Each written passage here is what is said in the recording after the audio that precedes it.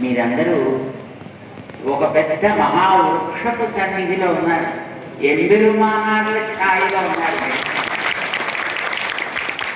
ఈ ఎంబెరుమానార్ అని ఆయన ఒక పెద్ద చందనపు వృక్షం,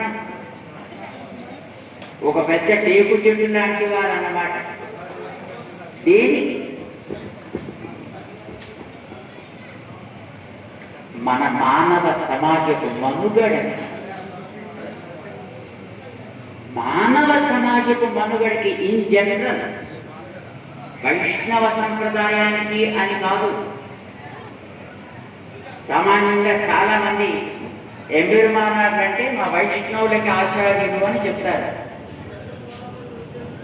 కానీ రామానుజుల వారు కేవలం వైష్ణవుల కోసం మాత్రమే కాదు, మానవ సమాజపు మనుగడ మంచిగా సాగాలి అనే ఒక వ్యవస్థకి రూపకల్పన చేసినటువంటి మహనీయులు 1000 సంవత్సరాలకి పూర్వం. వారి ఛాయలో మీరందరూ ఉన్నారు. మీరందరూ ఎంత అదృష్టవంతులు!